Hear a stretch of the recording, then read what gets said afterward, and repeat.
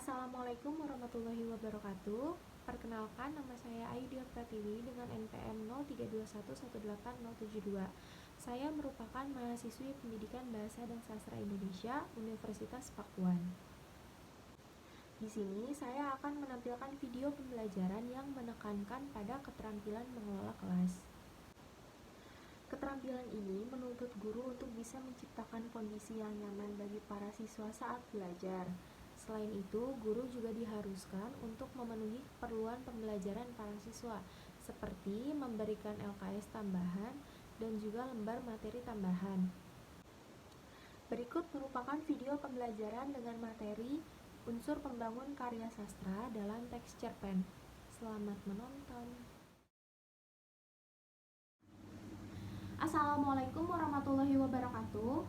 Waalaikumsalam warahmatullahi wabarakatuh. Selamat siang anak-anak. Siang Bu. Bagaimana kabarnya hari ini?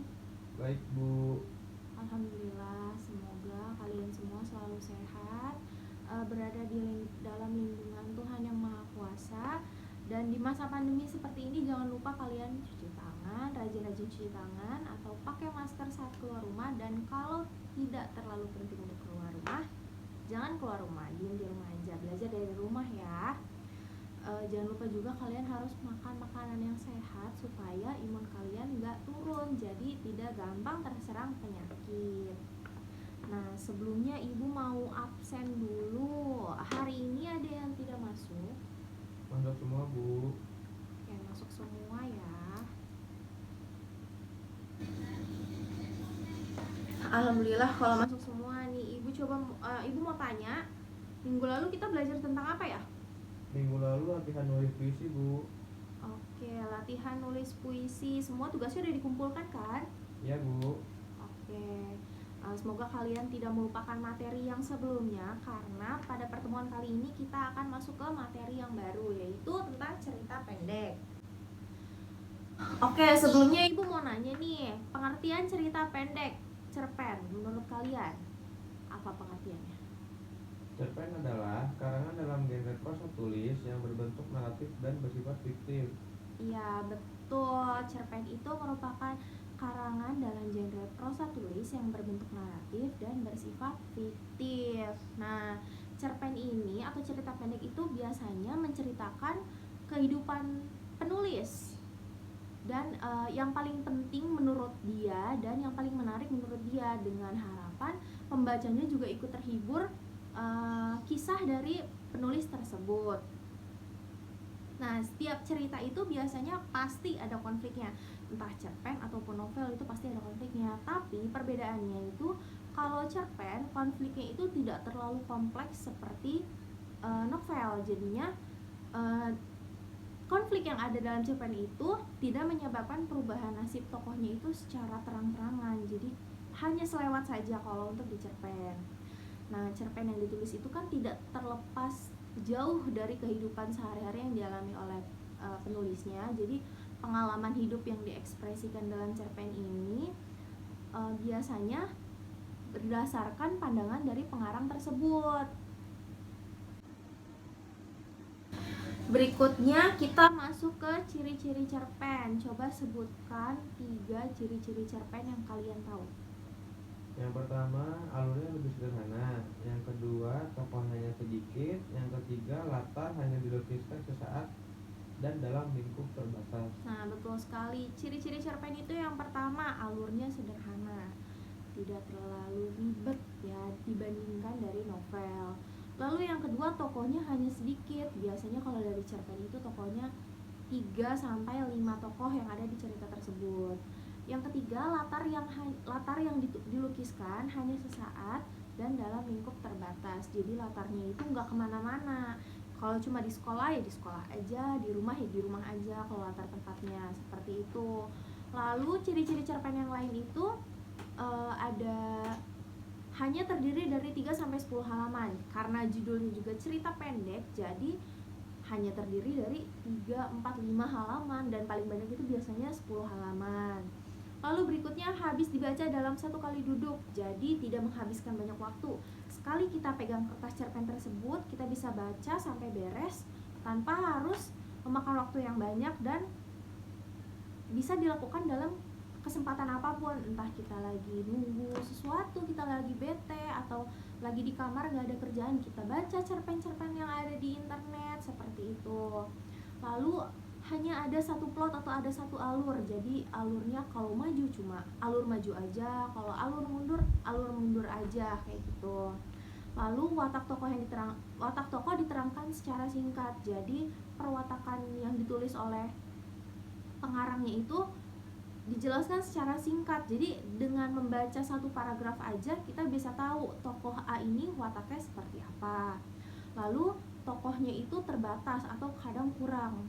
Jadi seperti yang tadi disebutkan, tokohnya hanya sedikit, jadi banyak tokohnya itu yang terbatas, 3, 4, atau 5 orang biasanya. Nah, berikutnya kita masuk ke unsur pembangun karya sastra dalam teks cerpen. Nah, unsur pembangunnya itu ada 2, ada unsur intrinsik dan ada unsur ekstrinsik. Nah, sekarang kita bahas dulu unsur intrinsik cerpen. Dari namanya juga intrinsik, jadi unsurnya itu yang berada pada dalam cerpen itu sendiri. Nah, coba Ibu pengen kalian sebutin apa saja unsur intrinsik dari cerpen. Tema, amanat, latar, sudut pandang, alur, tokoh atau penokohan, dan gaya bahasa. Nah, iya betul sekali. Yang pertama itu ada tema. Nah, sekarang coba Ibu pengen ada yang jelasin pengertian tema menurut kalian. Tema itu apa sih? Tema adalah persoalan pokok sebuah cerita.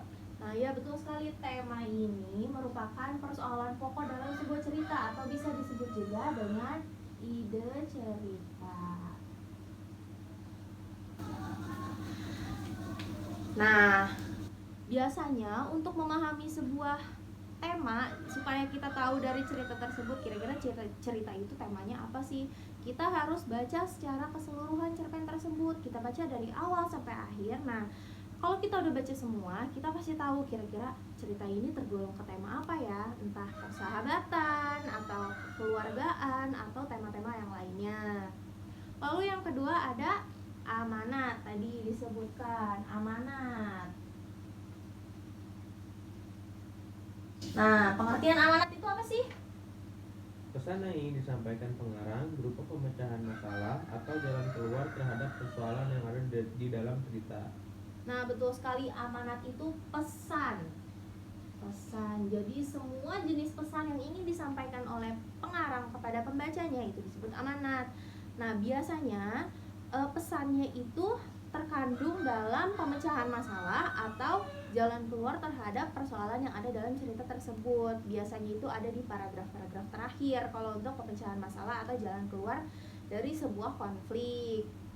Nah, biasanya amanat itu selalu berisi tentang hal positif atau negatif. Nah, kalau untuk hal positif, jadi pengarang itu mengingatkan kita untuk terus melakukan kegiatan-kegiatan yang bersifat positif, seperti membantu atau membantu orang lain atau menghargai orang lain, itu termasuk tindakan-tindakan yang positif. Nah, kalau untuk negatif, biasanya pengarang itu mengingatkan kita atau menyampaikan pesan kepada para pembacanya untuk menjauhi hal-hal yang negatif, seperti hal-hal yang dilanggar, yang dilarang dalam kehidupan sehari-hari, seperti mencuri atau membuli teman sebaya, itu kan tidak boleh. Jadi pasti kalau misalkan ceritanya tentang pembulian, pesan yang ingin disampaikan adalah jangan sekali-kali kalian ngebully orang lain atau teman main kalian sendiri. Nah, yang ketiga itu ada latar. Latar itu dibagi menjadi 3. Ada latar tempat, latar waktu, dan latar suasana. Latar tempat, latar waktu, dan latar suasana. Nah, di sini Ibu jelasin, latar tempat itu biasanya kejadian dari suatu cerita itu ada di mana. Jadi biasanya latar tempat itu seperti di sekolah, di rumah, atau di pasar, di lapangan, seperti itu. Jadi kejadian peristiwa dalam cerita itu tuh ada di mana. Yang kedua itu ada latar waktu. Kapan kejadian itu terjadi, kapan peristiwa itu terjadi. Misalkan pagi hari, siang hari, sore hari, atau 1 tahun yang lalu, 2 tahun yang lalu, 10 tahun, atau yang akan datang, seperti itu. Lalu yang ketiga ada latar suasana, keadaan cerita tersebut atau keadaan peristiwa tersebut seperti apa. Misalkan bahagia atau sedih, menegangkan, mencekam, senang, dan lain-lain. Lalu yang keempat ada sudut pandang. Sudut pandang. Sudut pandang itu apa? Sudut pandang adalah visi pengarang dalam memandang suatu peristiwa dalam cerita. Nah, iya betul sekali. Sudut pandang itu atau point of view adalah visi pengarang dalam memandang suatu peristiwa dalam cerita. Nah, seperti yang kalian tahu, sudut pandang itu dibagi menjadi 2. Ada sudut pandang orang pertama,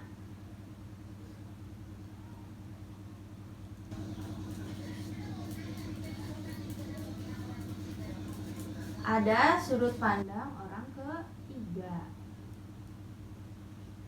Nah, sudut pandang orang pertama ini biasanya ditandai dengan cerita yang menjadikan menyebut tokoh utamanya itu sebagai aku. Jadi pengarang itu menceritakan tentang cerita diri sendiri. Biasanya penyebutannya dengan kata aku atau saya. Lalu untuk sudut pandang orang ketiga itu di mana pengarang itu sebagai peninjau. Jadi pengarang itu menceritakan cerita orang lain. Nah, tandanya itu dengan misalkan tokoh utama disebutkan dengan namanya langsung, misalkan menceritakan tentang kisah Nisrina gitu. Tokoh utamanya bernama Nisrina dan penulis tersebut menuliskan nama Nisrina bukan aku. Jadi otomatis pengarang itu sedang menceritakan tentang ceritanya Nisrina. Nah, yang kelima itu ada alur. Coba tolong sebutkan pengertian alur menurut kalian. Alur adalah urutan peristiwa yang berdasarkan hukum sebab akibat. Nah, ya betul sekali. Alur itu urutan peristiwa berdasarkan hukum sebab akibat. Nah, bisa disebut juga alur itu sebagai jalan cerita atau susunan cerita. Alur ini dibagi menjadi 2, ada alur maju dan juga alur mundur. Untuk alur maju sendiri itu pengarang menyusun peristiwa-peristiwa dalam cerita tersebut secara berurutan, mulai dari perkenalan sampai penyelesaiannya. Misalkan cerita ini menceritakan tentang kisah atau perjalanan sekolah seorang anak mulai dari TK sampai kuliah. Berarti pengarang itu menuliskan ceritanya saat TK seperti apa, saat SD seperti apa, SMP, SMA, dan kuliah. Penyelesaian dari cerita tersebut berada pada masa kuliah tokoh tersebut. Lalu yang kedua itu ada alur mundur, di mana awal ceritanya, misalkan cerita tersebut tentang kisah perjalanan pendidikan seseorang. Nah, tapi pengarang itu mulai menceritakan cerita tersebut tiba-tiba langsung ada di masa kuliahnya.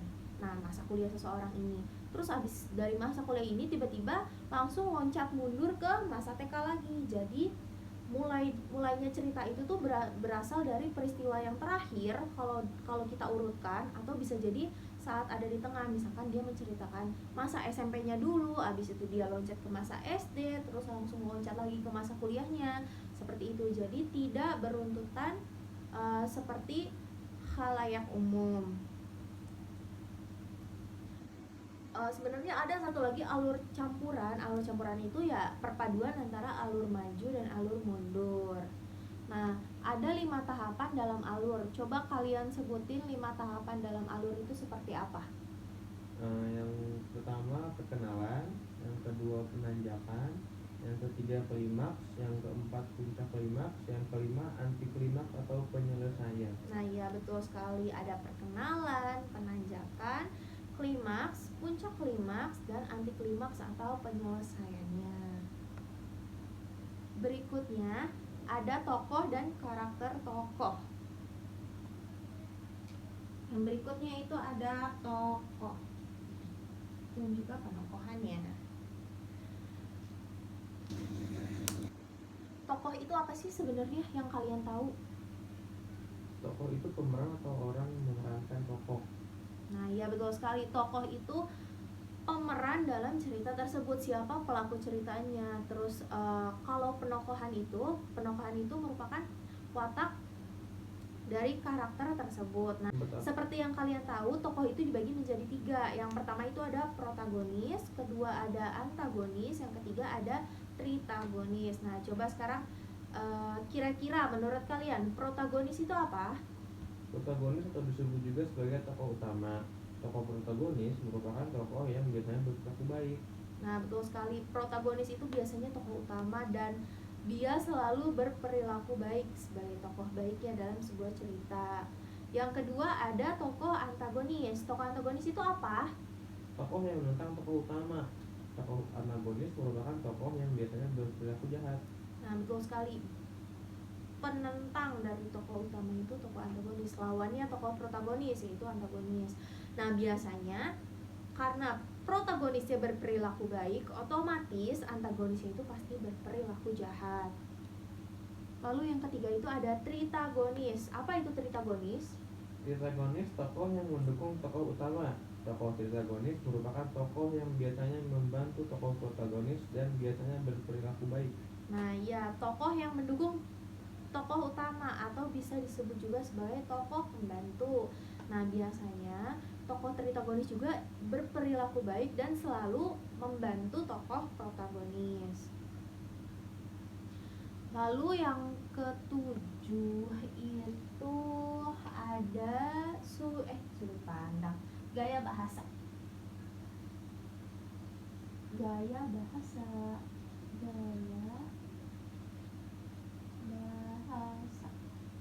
Nah, gaya bahasa itu apa sih? Gaya bahasa adalah cara khas penyusunan dan penyampaian dalam bentuk tulisan dan lisan. Betul sekali, gaya bahasa itu cara khas penyusunan atau penyampaian dalam bentuk lisan dan tulisan. Atau bisa disebut juga gaya bahasa itu pemilihan bahasa yang dipakai oleh pengarang dalam sebuah cerita. Nah, ruang lingkup dalam gaya bahasa itu biasanya penggunaan kalimatnya, pemilihan katanya atau pemilihan diksi, penggunaan majas, dan penghemat kata.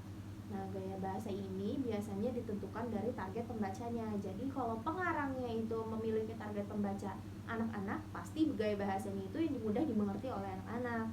Dan kalau misalkan cerpennya untuk orang dewasa atau remaja, pasti gaya bahasanya juga mengikuti umur dari pembaca tersebut, karena tidak mungkin kalau cerpen untuk anak-anak menggunakan gaya bahasa yang sulit dimengerti oleh anak-anak atau menggunakan gaya bahasa formal yang biasa dipakai oleh orang dewasa, karena nanti pembacanya pasti bakal kebingungan dan tidak mengerti maksud dari pesan cerita tersebut seperti apa, seperti itu. Nah, berikutnya kita masuk ke unsur ekstrinsik cerpen atau unsur yang berasal dari luar cerpen. Ekstrinsik.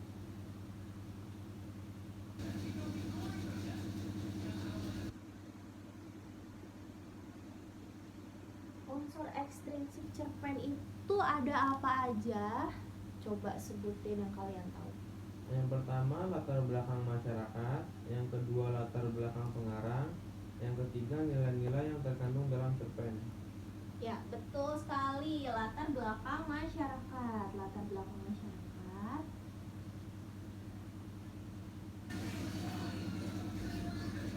Yang kedua latar belakang penulis atau pengarang.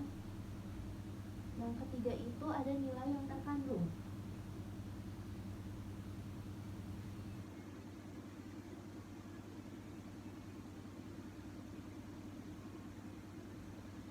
Dalam cerpen.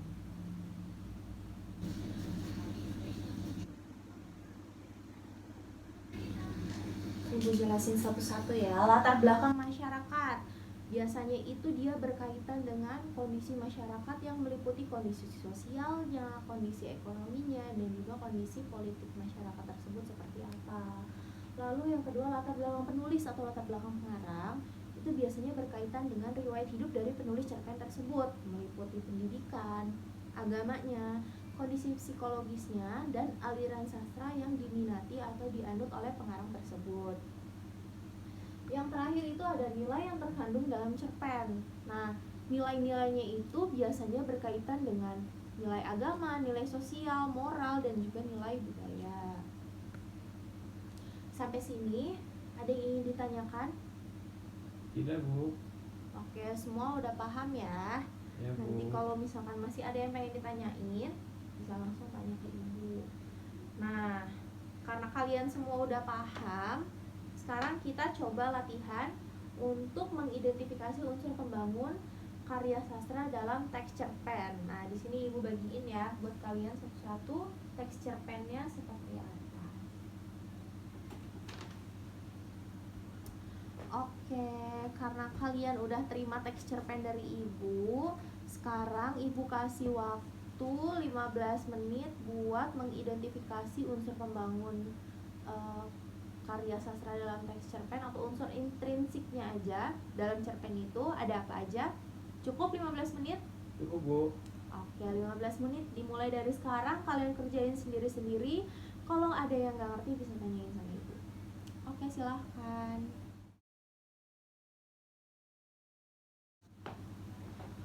Oke, udah 15 menit udah selesai.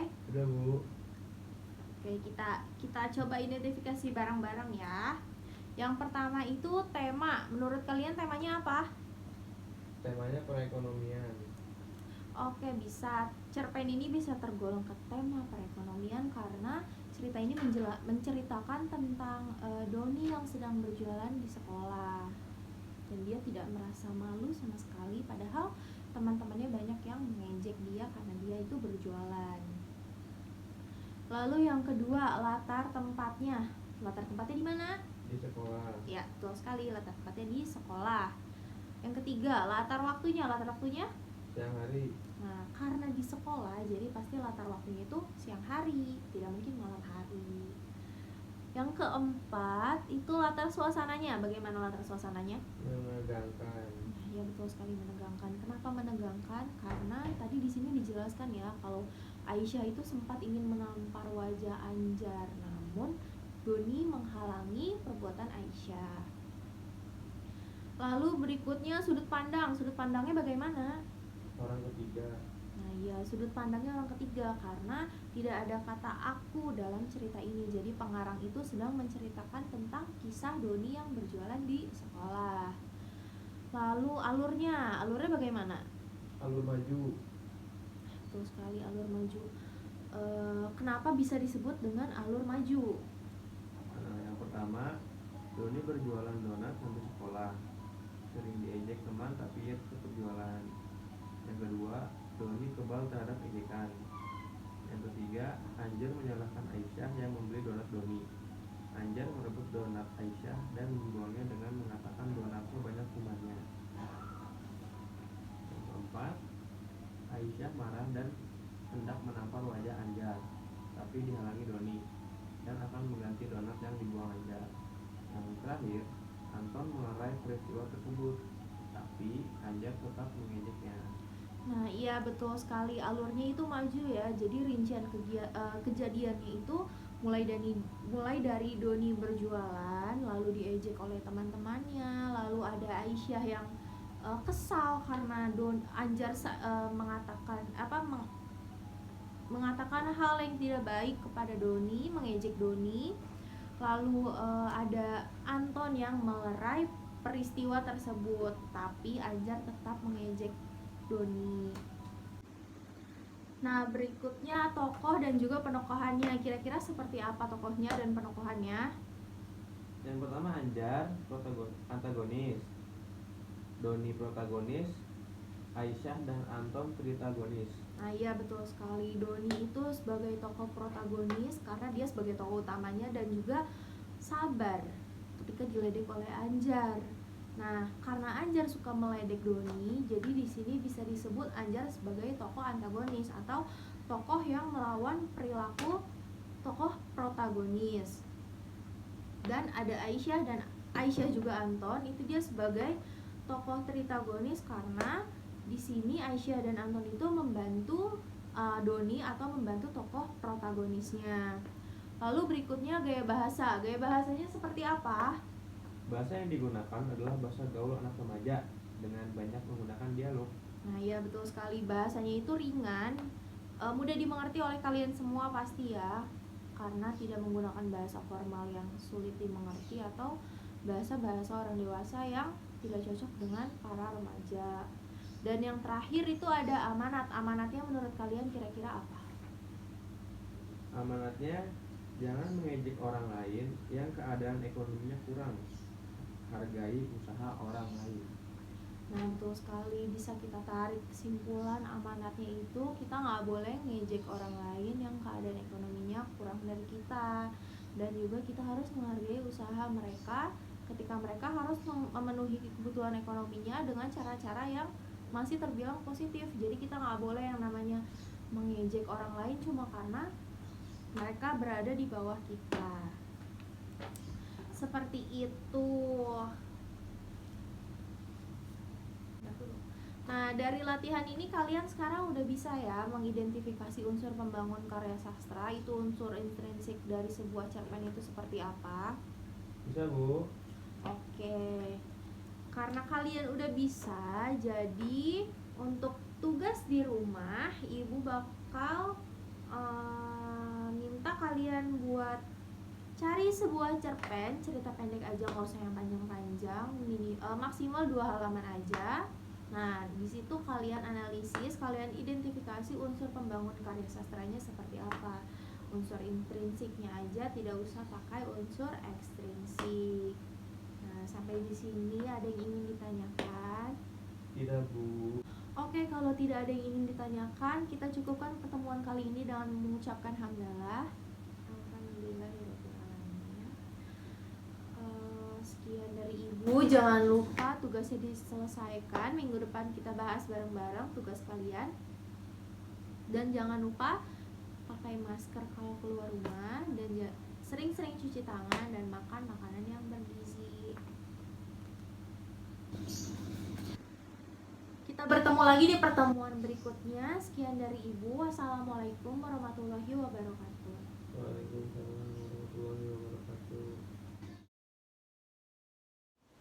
Sekian video yang bisa saya tampilkan. Kurang lebihnya saya mohon maaf. Saya menerima kritik saran dari teman-teman semua yang sudah menonton video ini. Terima kasih. Wassalamualaikum warahmatullahi wabarakatuh. Take me home, I'm falling. Love me long, I'm rolling. Losing control, body and soul. Mind so for sure, I'm already yours. Walk you down, I'm all in. Hold you tight and calling. I'll take control, body and soul. Mind so for sure.